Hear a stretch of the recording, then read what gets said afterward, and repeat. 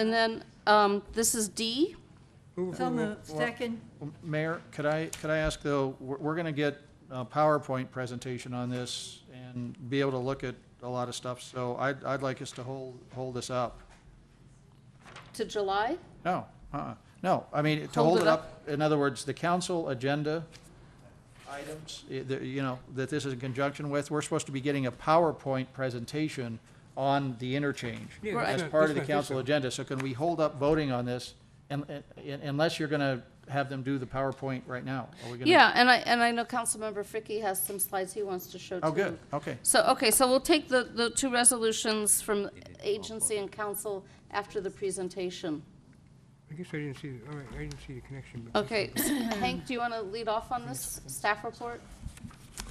Yes, well, first of all, I'd like to introduce Heidi Oren, who's going to help out on a presentation on the project, and the project presentation will include a bit of history on the process through which we were driven by Caltrans to arrive at this point, and bring us up to where we go forward from here. And with that, we'll try and keep the history as brief as possible, other than where it is pertinent to emphasize certain things. Also, when we get to the presentation of the interchange itself, the roundabout interchange, I'd like to give Heidi an opportunity to lead us through the routes to and from the freeway that are part of this project, introduce the bike ped component, and then because of the interest in the bike ped pathway as part of this project, we'll go into a little bit more explanation of that part of it. I'd also like to mention that I do have larger prints, color prints of the kind that you'll be seeing tonight for each of the council if they would like to have that to look at some later time with any questions they may have. So with that, this is Heidi Oren of HQE Incorporated. Okay, Thank great. you, Hank. And Mayor before you start your comments, I just want to thank you, Hank, for the memo outlining the history of this project. That was very informative because it's been confusing to me. So I just want to thank you for that. Thank you, Mayor and council members, for having me here tonight. As Mr. Van Dyke mentioned, we'll try to keep this brief and open it up to questions so that if we skip over anything, I'd be happy to try to answer questions for you. We'd like to start with a little bit of background. In 1999, Caltrans approved the original project study report, which contained various alternatives to provide access to and from the city of Emeryville via westbound Interstate 80, which is not provided today. Out of that project study report came what has been known as Alternative 2, which was the preferred alternative. Subsequent to that PSR approval, Caltrans initiated a value analysis study wherein the value analysis team recommended looking at roundabouts in lieu of signalized intersections. Caltrans then began to analyze a roundabout alternative. Everyone was very much in favor of that. However, due to their lack of expertise, I think as everybody knows, there are not a lot of roundabouts in California. Caltrans stalled a little bit, and so in '02, the city hired a consultant to help Caltrans through that roundabout analysis. I believe his name was Michael Walwork, and I believe he's known as the Mr. Roundabout. Well, we initially hired Kimley Horn, who was under contract at the time with CMA for some work, and it facilitated getting him on this contract because of the regulations Caltrans has to go through in adding consultants to the project. So Kimley Horn had experience with roundabouts and took us further along in the traffic analysis of it. Right, and then I believe Mr. Walwork stepped in with some of the geometrics to go along with that traffic operations analysis. Thank you, Hank. In 2004, we hit some state funding shortfalls, and the project came to a halt. We're at the point now, That's kind of an understatement. April of '06, where we have obtained roundabout concept approval from Caltrans and FHWA. We've stepped through the supplemental project study report process, which Caltrans required us to do to implement that roundabout alternative into the original project study report, so that two alternatives could be carried forward and analyzed from an environmental standpoint. PSR Alternative 2, if you look at your screen, the purple you're looking at is the existing condition. Green is, or it's kind of yellow here, is the proposed improvements for that original project study report Alternative 2. I'm going to try to use my pointer here a little bit so you can see.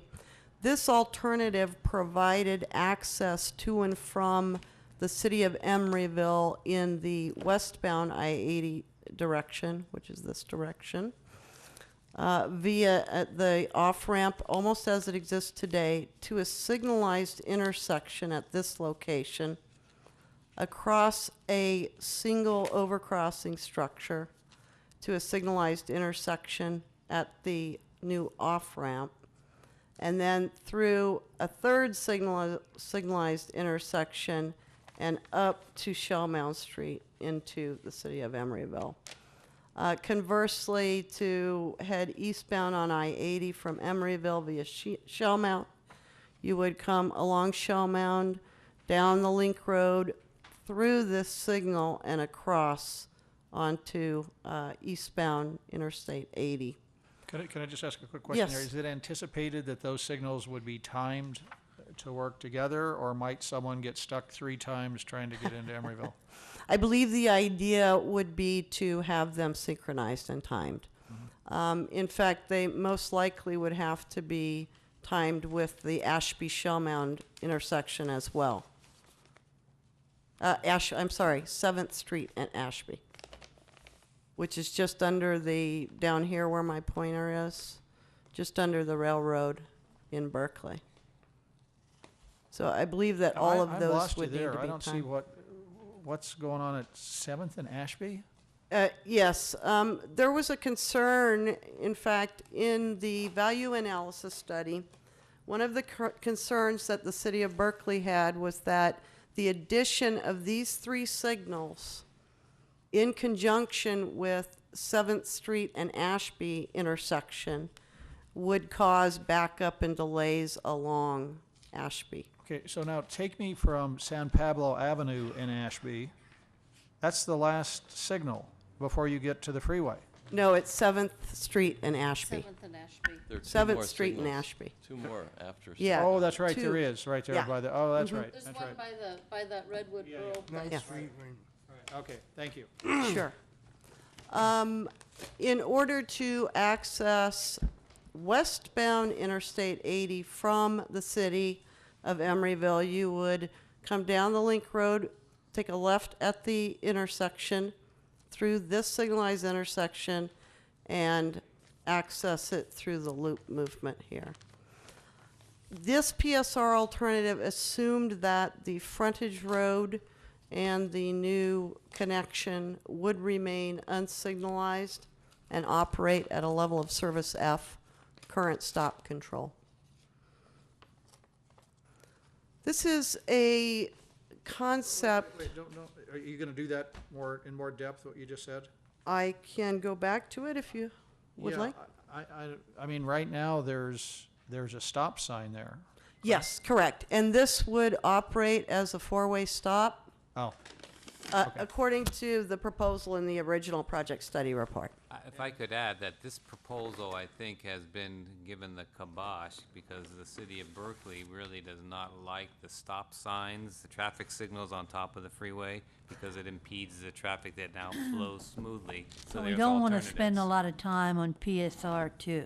Okay, it has not been given the kibosh, however, because it needs to be carried forward through the environmental process. We understand it is not the preferred alternative. Okay. The Wallwork roundabout concept, we had mentioned earlier when Kimley Horn was preparing the traffic operations studies. Mr. Wallwork came up with this concept, as you see, with the 3 roundabouts. Our charge, HQE's charge, was to take this concept and obtain approval from Caltrans and FHWA for a roundabout alternative that would be operationally acceptable. This is the alternative you see here before you. I'll just walk you quickly through. Let me see if I can. Can you go back to the last diagram? I mean, with all the Oh, sure. topography in there, that's just really hard to read. This is the same thing, right? Just without all the spaghetti? Yeah, right. Or is It it, is, or is it different in some way? I think it's the same thing. it is the same with some differences. Can everybody hear me? And the differences are highlighted. Oh, This alternative provides for access to eastbound, let me orient you, I'm sorry. North is this way. This is eastbound Interstate 80. Westbound Interstate 80 is this way. Shell Mound, Bay Street, and the Bay, Point Emery up here. The difference between this Wallwork concept and what we've arrived at today that is now acceptable to Caltrans is this: we've taken out this loop on-ramp to access eastbound Interstate 80. We've provided a bypass for the eastbound off-ramp to Shell Mound Street. And we have eliminated this overcrossing structure that was proposed by bringing the ramp over to this location and having some partial takes at the KRE radio station property that's located in this northeast quadrant.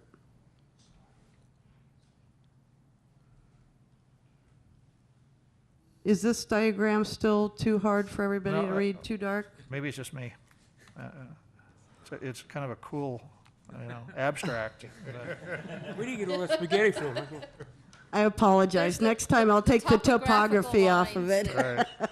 I see that. Blue is the existing freeway, interstate, and its various ramp entrance and exit components. This is the existing ramp from westbound to Ashby. Similarly, the existing ramp coming from Ashby headed westbound to San Francisco and Emeryville.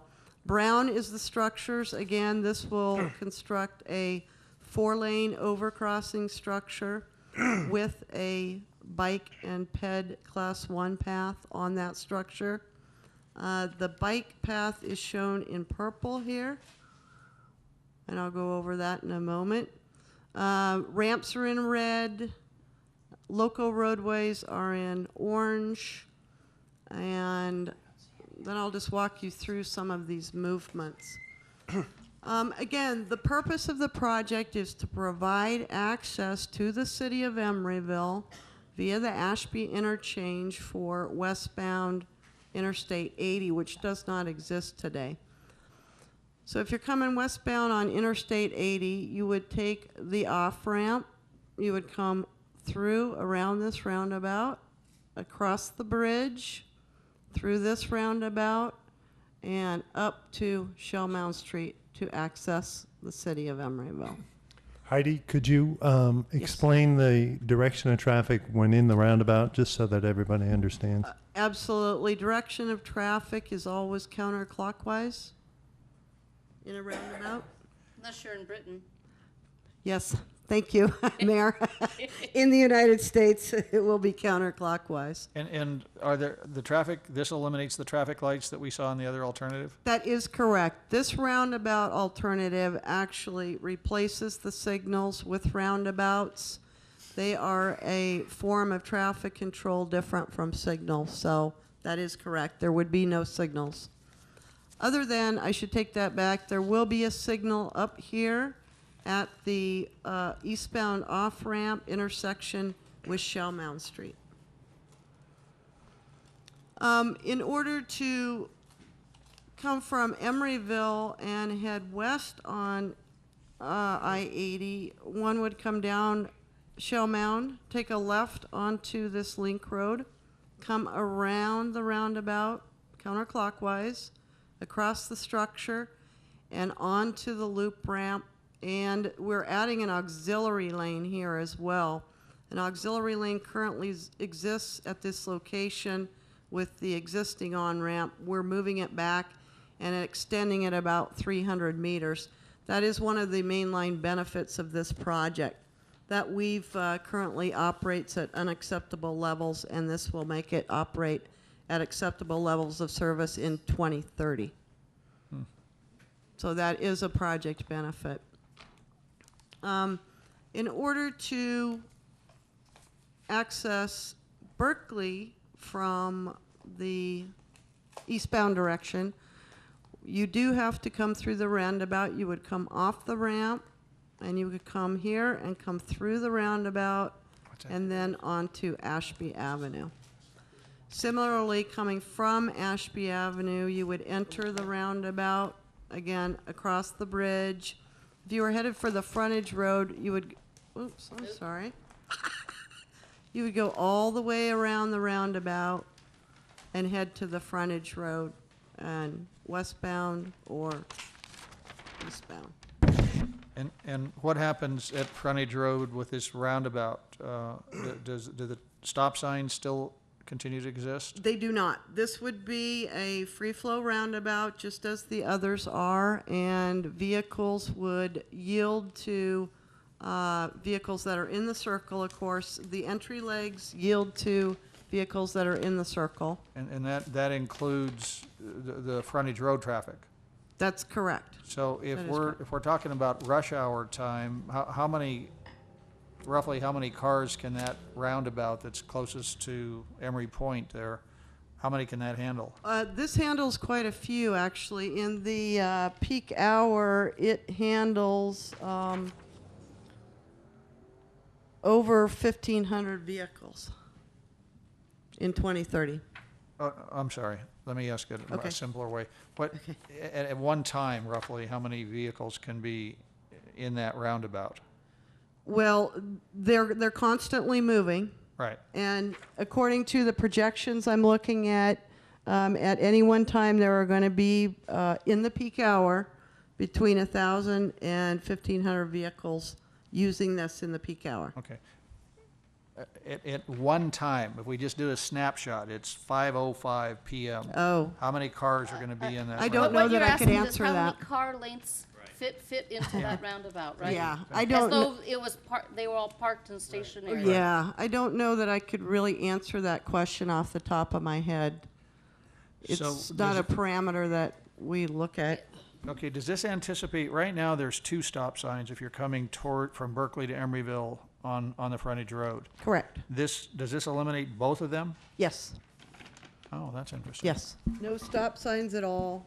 It will operate free flow movement through the roundabout. Okay, and what's the relative speed anticipated of frontage road traffic versus folks doing this, trying to, get off and use the roundabout to get to frontage road? Well, one of the pertinent requirements of designing roundabouts is to slow traffic down so that they're going only 15 to 25 miles an hour when they're in the circle.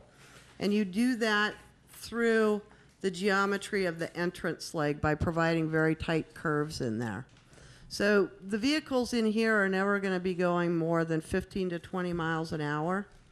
I believe, and correct me if somebody thinks I'm wrong, I believe the frontage road is posted at 35. I think it is. Okay. So that would be the relative difference then. So the roundabouts will be designed to slow traffic down as it enters the circle. Okay, I was just concerned that traffic coming off frontage road would be entering the roundabout at a much higher speed than folks that are trying to get down there and go around the roundabout and get on frontage road to come to Emeryville. Right. Again, the geometry, the entrance geometry of the leg will be designed to slow people down. Before they get there. Yes. Any other questions? I think a lot of us, I'm interested in how the bike access is from the Shell Mound bike path. Okay. If you can see the purple on here, for the roundabout alternative, let me start by saying the Bay Trail is in light purple coming around here, existing Bay Trail. You would cross the western leg of the roundabout at grade, come across on a class. Would that be demarcated by a crosswalk? Yes, or that is correct. Kind of striping or something? Crosswalk, yes. Okay. Standard crosswalk. You would be But on a... but no signal. No signal. No, no signal. You would be on a separated Class 1 bike path, 10 feet wide in this area with buffer zones, landscape buffer zones. Come across and be contiguous with the overcrossing structure here, wherein you'd be separated physically by a barrier from all traffic, vehicular traffic. When I talked to Maurice about it, he said the part actually over I-80 is a little bit lower than the vehicle roadway. That's existing. Yeah, I'm sorry. No, I'm sorry. Say it again, Mayor? No, the bike path over the freeway. Well, I suppose it's both bike and ped, right?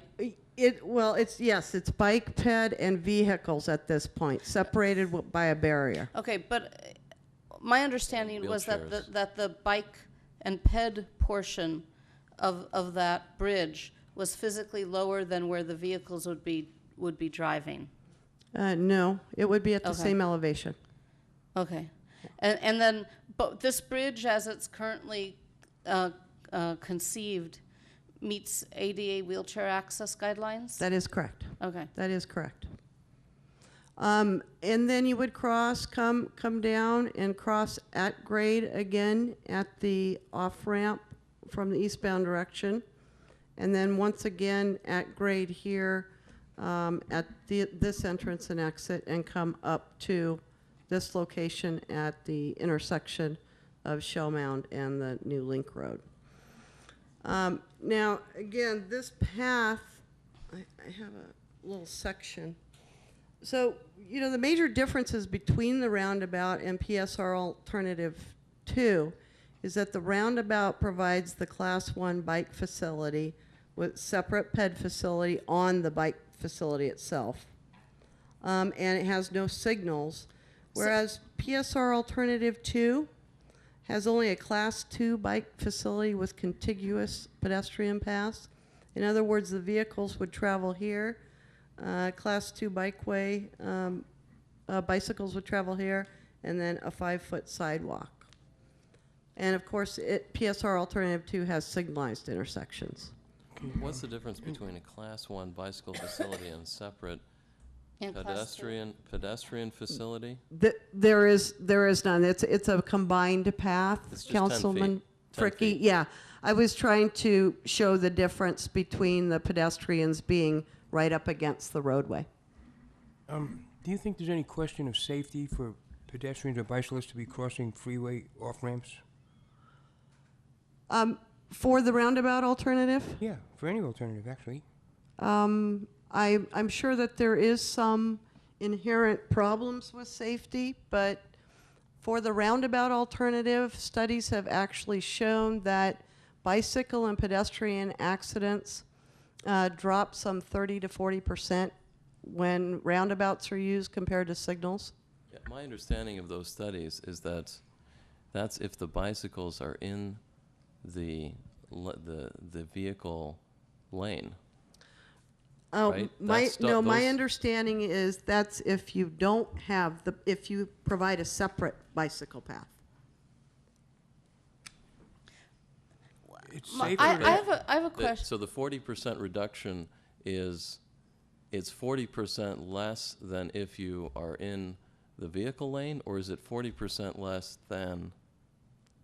it's 40% less than if the bike is traveling in the vehicle lane through a signal, Okay, because there are less conflicting movements in a roundabout. okay, then that begs the question, though, of whether there would be a greater reduction in accidents if you simply had bicycles and pedestrians segregated entirely. Yes? No, Is there a study of that? the way I understood the study was that the reduction compared bicycles riding separately in a separate path, rather than riding with vehicles. Okay. But That if was they're- my understanding of the Right, study. no, I don't think because they're not entirely separate. They still have to cross this crosswalk, crossing a roadway that's an off-ramp or the frontage road, 35 miles per hour. Speed limit on an off-ramp could be more, 45 miles per hour. It's when compared to a signalized off-ramp, so regardless of whether Right. they're crossing at the roundabout off-ramp or at the signal, speeds are actually higher when people are coming through signals, and thus I think the fatality rate was much higher too. There was like a 90% reduction in fatalities, and there were less conflicts. Can you Because in a roundabout, you're only going in one direction, whereas at a signalized intersection, you have many more different movements to look for. Can you speak to the pedestrian and disabled access in this plan? Because, like, for example, if you're legally blind and you come to a signalized intersection, you wait and you listen to the traffic surges to know which direction the traffic is moving and when you can cross, in terms of having the auditory cue. Right. If there's no button to push or no lights there that would stop the traffic, and they're near roundabouts where the traffic theoretically is continuous, how is a blind person going to negotiate that crossing?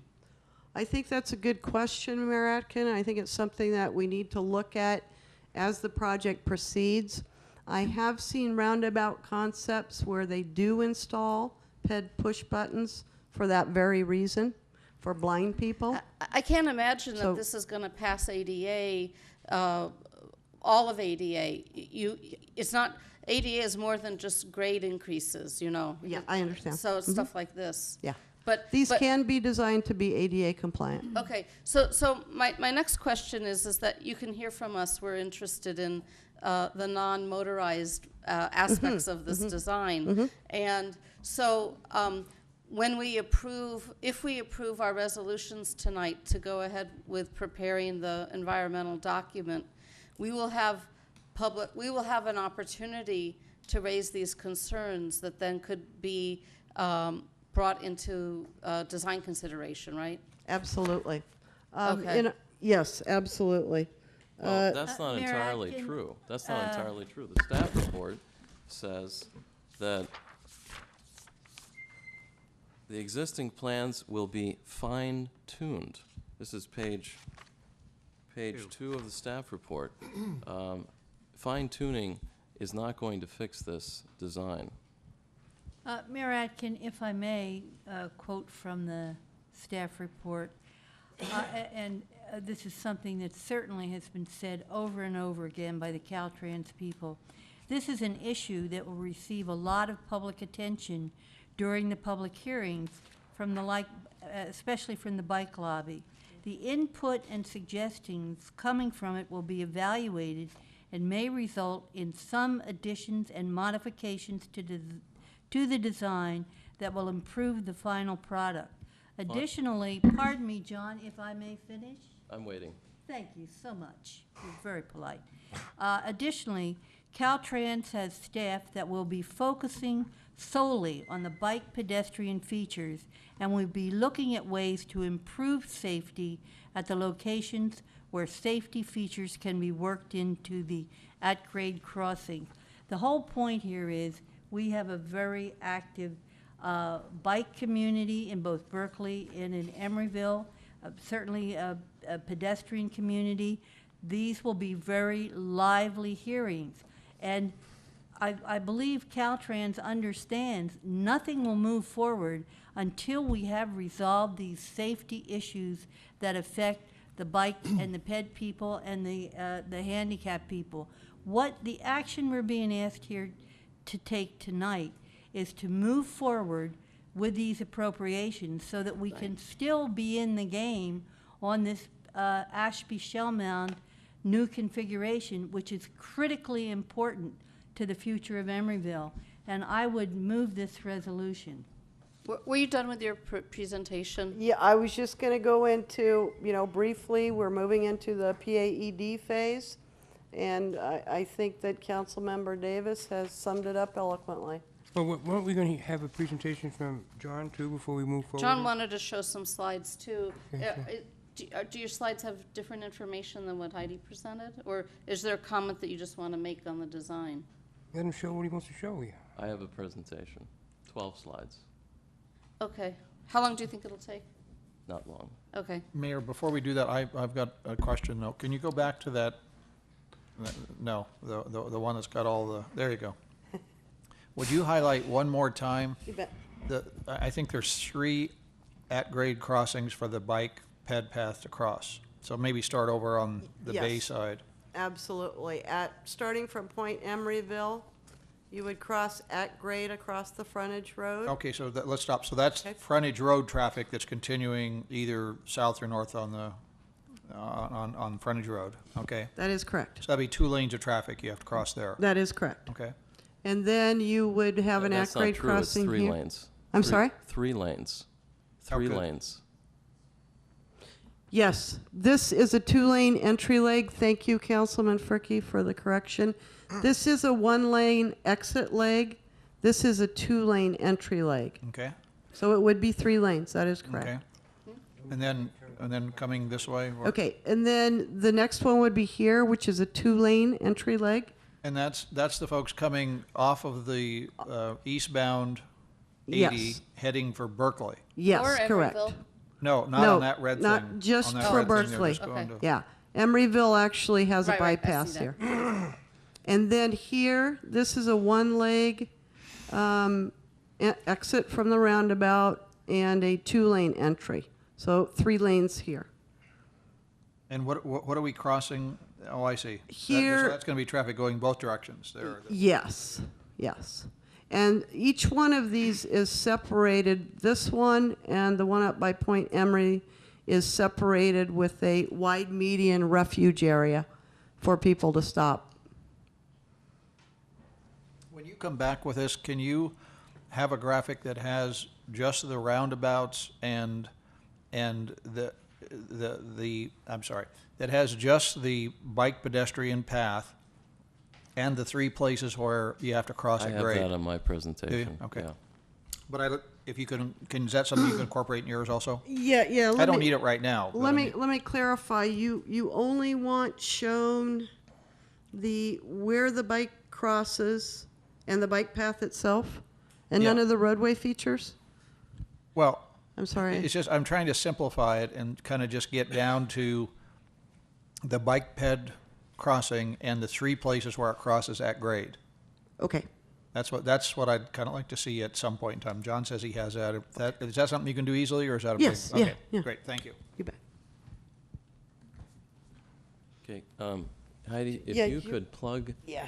Let me plug in, unplug your computer and plug into the cable that's behind this plant, so I can plug in mine.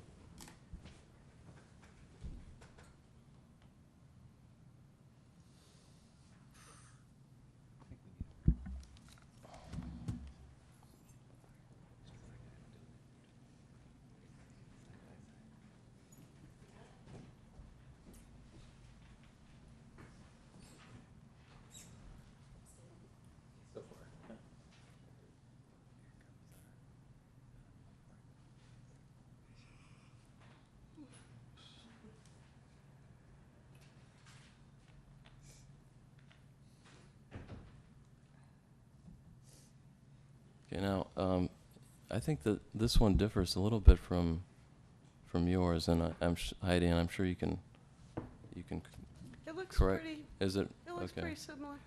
So, this is the design, and as Heidi mentioned, the green shows the existing pedestrian bicycle trail, and my goal Bay is Trail, right? Bay Trail, yes, and my goal is to come up with, or to get us to a design that gets pedestrians, bicyclists, and people in wheelchairs safely to the Bay Trail, which I think is a great resource. The red shows the proposed trail for pedestrians, bicycles, and wheelchairs. This is a Caltrans deputy directive regarding that access. The department fully considers the needs of non-motorized travelers, including pedestrians, bicyclists, and persons with disabilities, in all construction. This includes incorporation of the best available standards.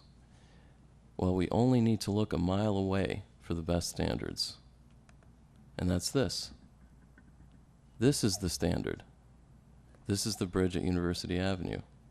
It has a separate pedestrian area, and it has a separate bicycle area. The proposal that's part of this package has just this. So you're expecting pedestrians to be in this area. You don't have a separate area for pedestrians and people with wheelchairs.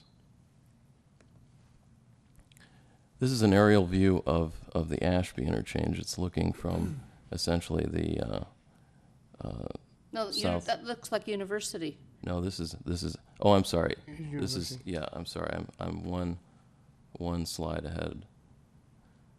So, not only do we have the access on the bridge of having bicycles and pedestrians, but this provides. Oops.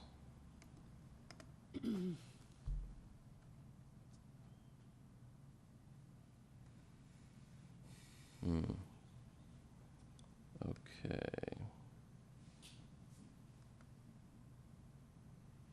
To go back. This provides access from here across the freeway all the way to the Bay Trail. No at-grade crossings. That is the standard. This is what we should be striving for. We're back to the proposed design, and now I'm going to highlight, Dick, this area that you asked about. So here you have pedestrians crossing 5 lanes of traffic. From the east, you cross 2 here, 3, 4, 5. Okay, now let's look at up at the Bay Trail. 3 additional lanes for pedestrians to cross. This is not the standard. The standard is what is at University Avenue. Okay, this is the Ashby interchange, and now we're going to zoom in. Up at the top is Aquatic Park. Okay, now we've zoomed in a little bit more. Now what I'd like to show you is what I think is the standard for Ashby.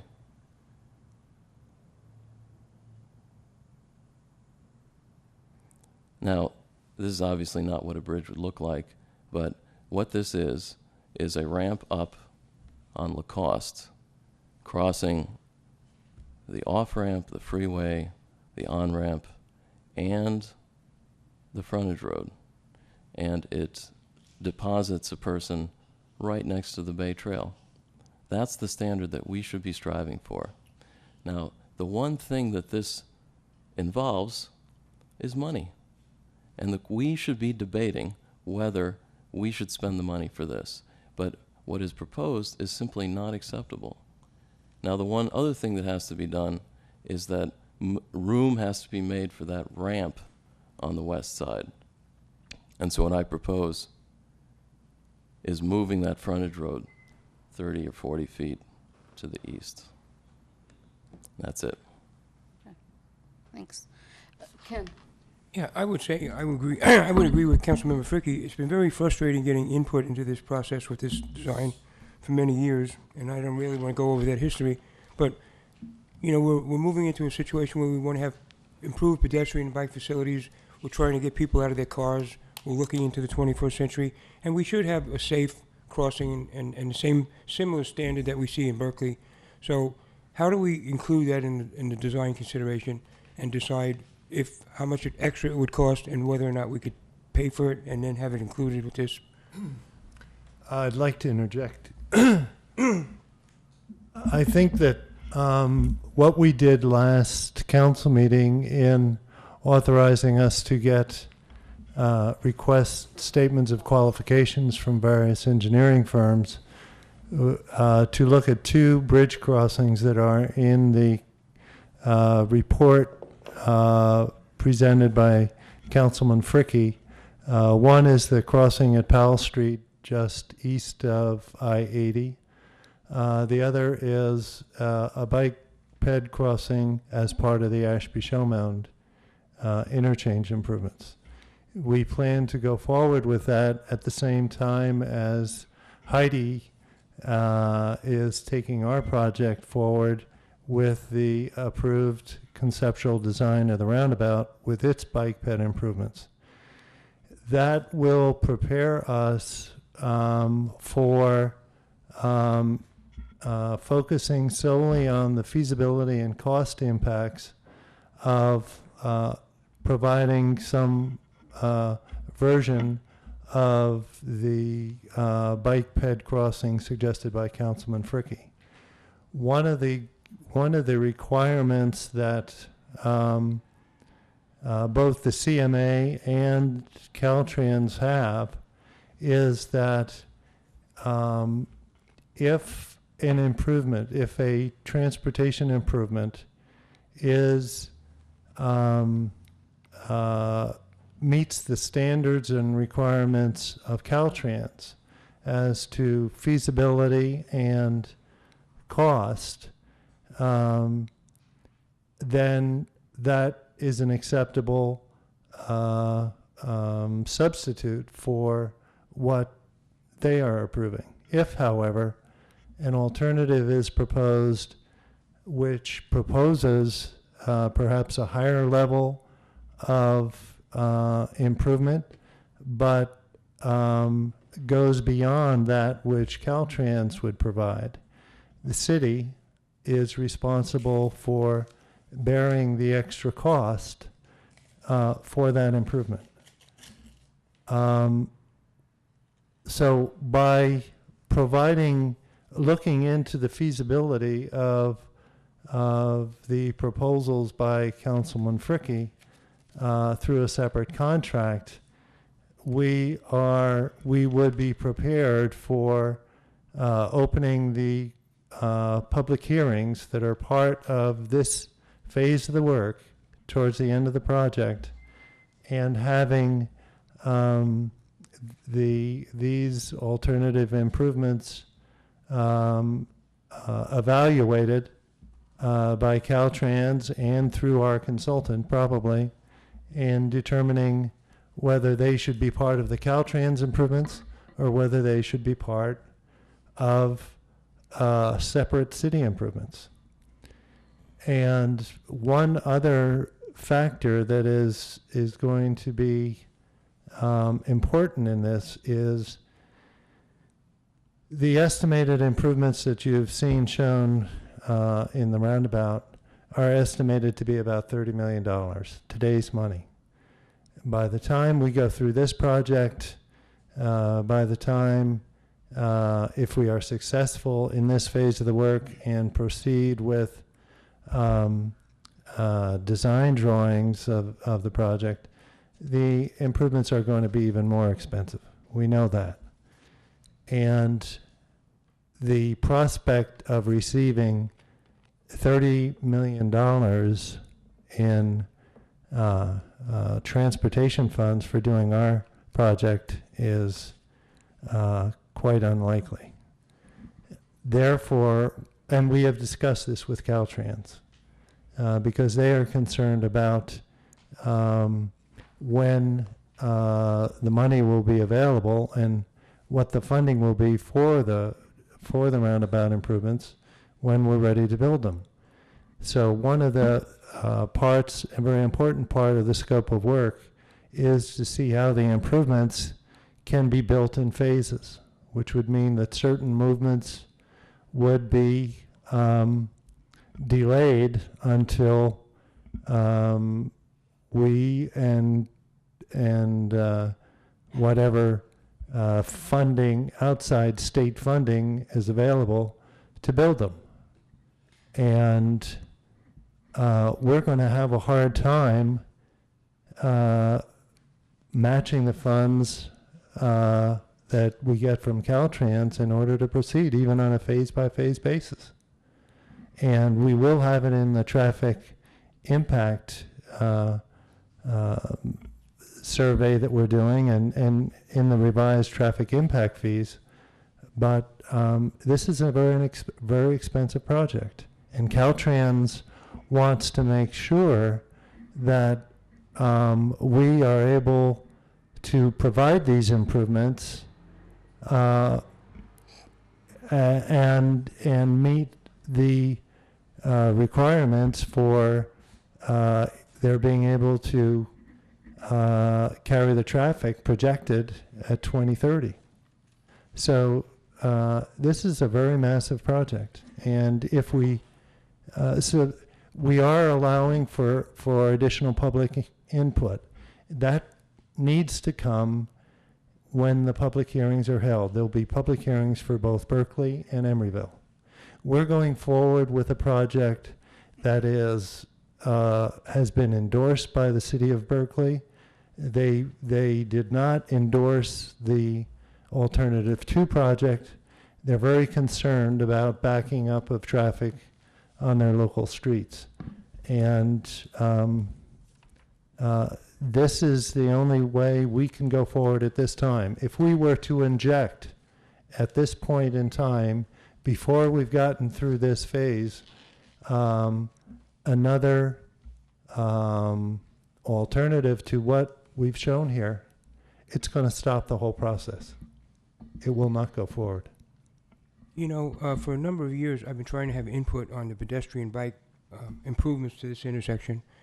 Here we have a situation where the city of Emeryville has paid for all of these designs that are Caltrans designs. The city of Emeryville has paid for these designs, and yet we haven't been able to get the same consideration for the pedestrian bike improvements as we have for the vehicular improvements.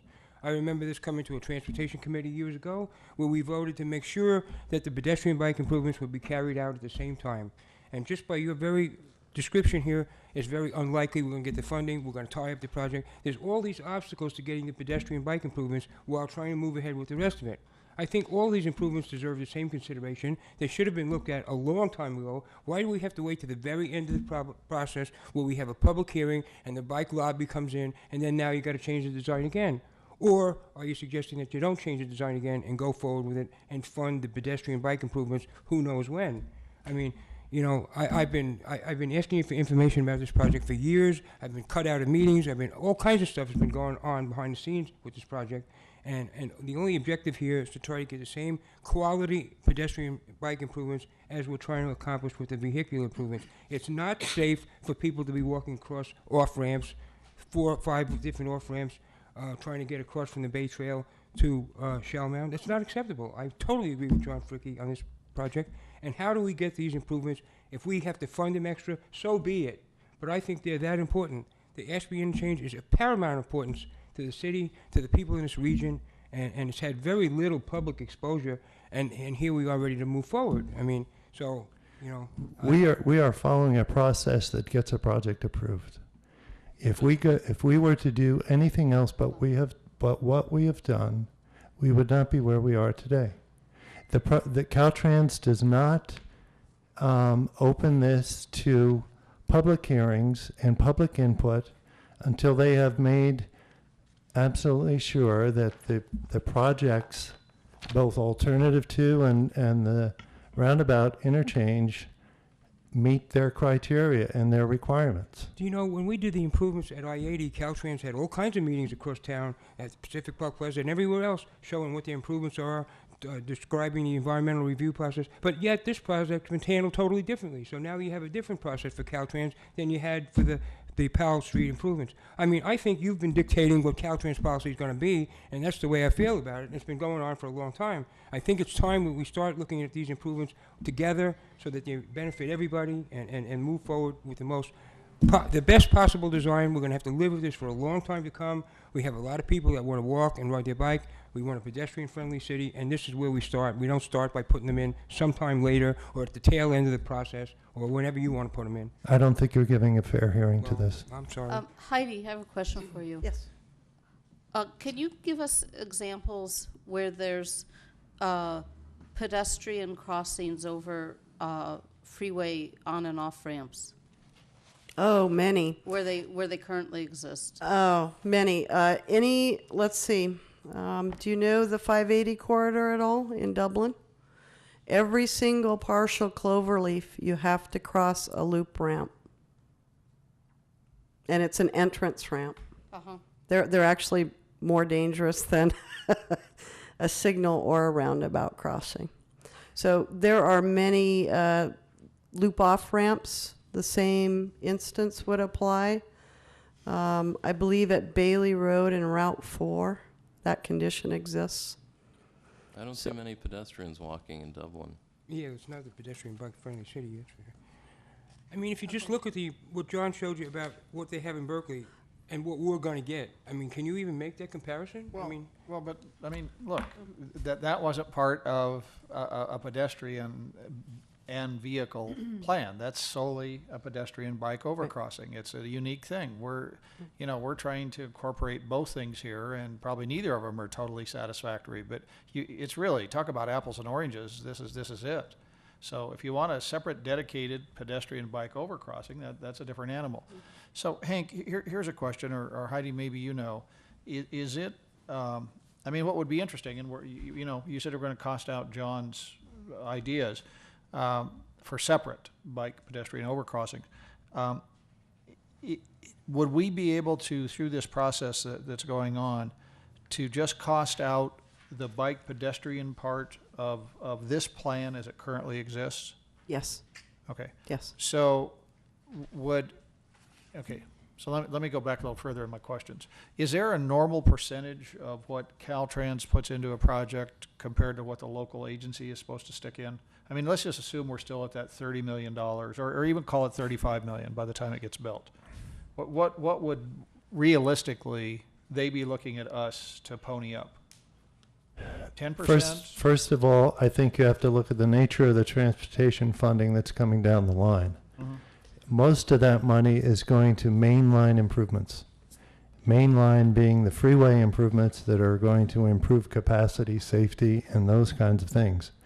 We have incorporated as many mainline improvements as we can find, and we're looking for more to rise in the ratings, because in the end it's all a competitive thing.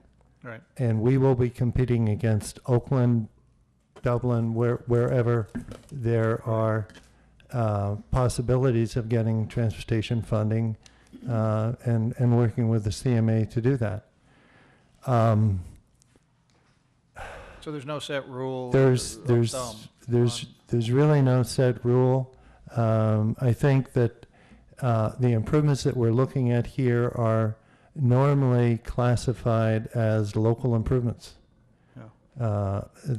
Even though we have unsatisfactory access and egress as it relates to the freeway, they are the biggest portion of the project cost is for local access, to improve local access. Yeah. And part of this work that we're going to be doing is to look at other things that we can do. Right. So what I understand, let me stick with this a second, if I could. I'm not done. So what I'm hearing is that as this stands, we would be expected to fund some portion of this as it is. Yes. And if we went for a freestanding, I mean, let's say we backed out the bike pedestrian part of this, whatever the savings are from that, and said we want a freestanding separate one like we were just looking at, we would be expected to, other than getting some grant funding, we'd be expected to fund that virtually on our own. Yes. Okay, so I guess right now, I almost hate to prejudge this, but just looking at the geography of the area, if what we're trying to do is create a separate one, I would probably prefer that it not be at Ashby Shell Mound, because frankly, I mean, it's difficult for people in wheelchairs, so, and I recognize that, but there's the very good crossing at University Avenue, on our side of University Avenue. I'd rather see a crossing closer to Powell Street that could then pick up the people that are coming over the bike ped over crossing that we're going to do into Bay Street. So, I don't think we're going to be able to, I know John, when he did his proposal, had more than one crossing over the freeway as an idea. I think we'll be lucky if we can ever get one. And I think we ought to figure out where the place is that's best to do that. And maybe that's part of what the study is going to look at.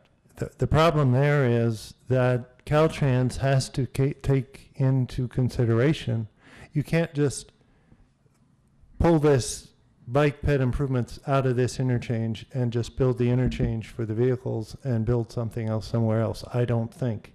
You think You need we would to- lose points with the higher, or whatever? It's the not a system is? transportation project. You'd be dealing with bike funds and so forth.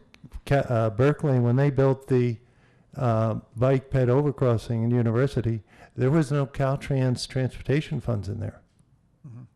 There was city money. There was $1 million that we transferred from. We had a grant for the tunnel under the freeway, Right. and in order for that not to go to waste, since the opinion of the citizenry was that it shouldn't go forward, we went to Berkeley and said, we recommend that Berkeley receive our $1 million. Right, because we weren't ready. Well, so what I'm saying is, let's just take a number, and I'm just pulling this out. Let's just say that we're expected to come up with 20% of this, and it's $35 million. So that's $7 million that the city would have to try to come up with to make this thing happen. No, it'll take more. Pardon? It'll take more. Okay, let's say $10 million. More. Okay, let's just take a number, $10 million. And so part of what we're funding in this is a bike pedestrian infrastructure that looks dubious, to say the least, with all these crossings that you have to do. I mean, 3 times you've got to cross at pretty tough situations. So I'd rather, if you back the money out of this and do it separate, why is that not okay with Caltrans? If we go about the business of trying to fund that in some other location, either near this or closer to Powell Street. If I may quickly, Hank, as Councilman Fricke mentioned, you have to provide for non-motorized transportation. So at a minimum, we would need to provide the shoulder for bikes to ride on, the Class 2, and a sidewalk on one side of the interchange. That's just a What you given. do is you designate what I'm suggesting. You would designate that as pursuant to this requirement. As simple as that. I mean, the distance. You're saying do the minimum you need No, to you satisfy do not. Caltrans, No, and then build a Caltrans- separate it's not. structure? No. No, Caltrans has a directive to provide this access. Right. And you simply say in the environmental documents and wherever that this bridge that I'm proposing satisfies that requirement. Oh, I see.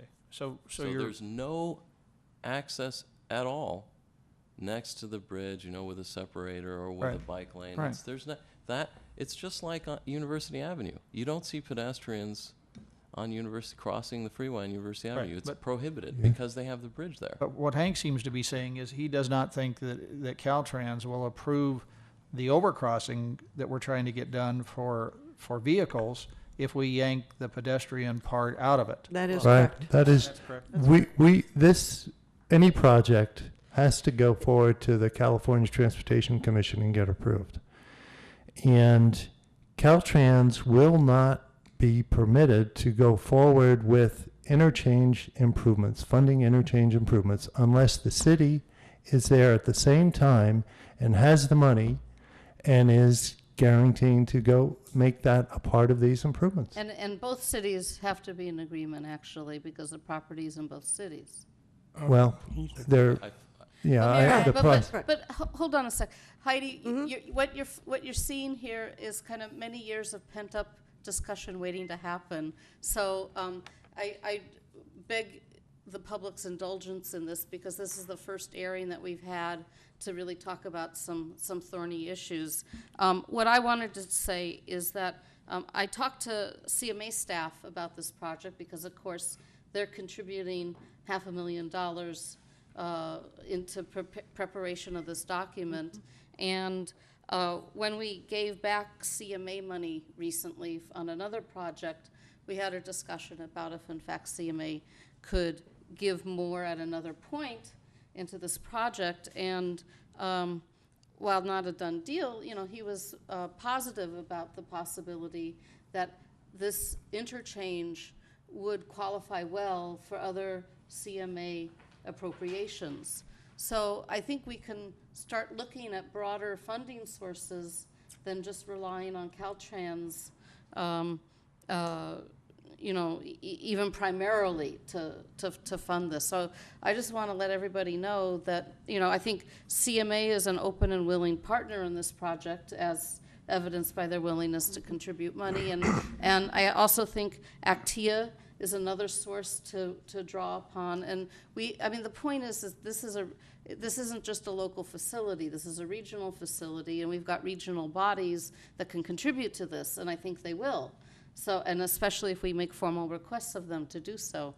So, CMA also said that after this environmental document is released to the public, then design changes can be considered at that time. And I gave him a heads up that we're concerned about the non-vehicular aspects of this design.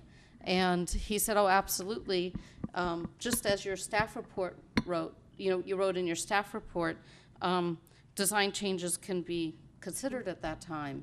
So, and Heidi, you reaffirmed that. So the point is our task in the redevelopment agency is, are we going to appropriate $20,000 towards preparation of this document? That's our decision tonight. Mayor Atkin, I have a question. if I could, Mayor Atkin, you're exactly right. That is what we're deciding on tonight, whether we can release this $20,000. If I could correct Councilmember Bukowski, the city has really not put most of the funds into these designs. It has been the CMA. It's closer to $800,000 total that the CMA has backed the city on this. So what we're looking at here is $20,000 to keep our marker in the game, to move this forward, to really, we've had a lot of venting tonight.